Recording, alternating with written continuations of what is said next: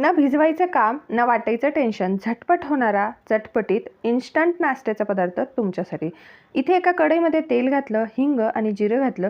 जिरं छान तेलामध्ये फ्राय झाल्यानंतर 1.5 कप पाणी घातलं, चवीनुसार मीठ, 1 चमचा चिली फ्लेक्स, 1 हिरवी मिरची आणि कोथिंबीर घालून छान मिक्स केलं. पाण्याला हलकी उकळी आली, त्यामध्ये 1 कप रवा छान हळूहळू टाकत छान मिक्स करत राहायचे. या रव्याची गुठळी झाली नाही पाहिजे आणि छान 1-2 मिनिटानंतर रवा सगळं पाणी ॲब्झॉर्ब करतो. त्यानंतर झाकण ठेवून 5 मिनिटं बाजूला ठेवायचं. हाताला तेल लावायचं. हा रवा छान मळून घ्यायचा आणि मस्त याचा एक डो तयार करायचा. पुन्हा हाताला तेल लावायचं. छोटा गोळा घ्यायचा, हातावरती गोल गोल फिरून थोडंसं प्रेस करायचं आणि होल करायचं असं मधून. इथे आपण रव्याचे मेंदूवडे करत आहोत. सगळे मेंदूवडे करून झाले. त्यानंतर तेल गरम करून घेतलं. अगदी गरम तेलामध्ये हे सोडायचे.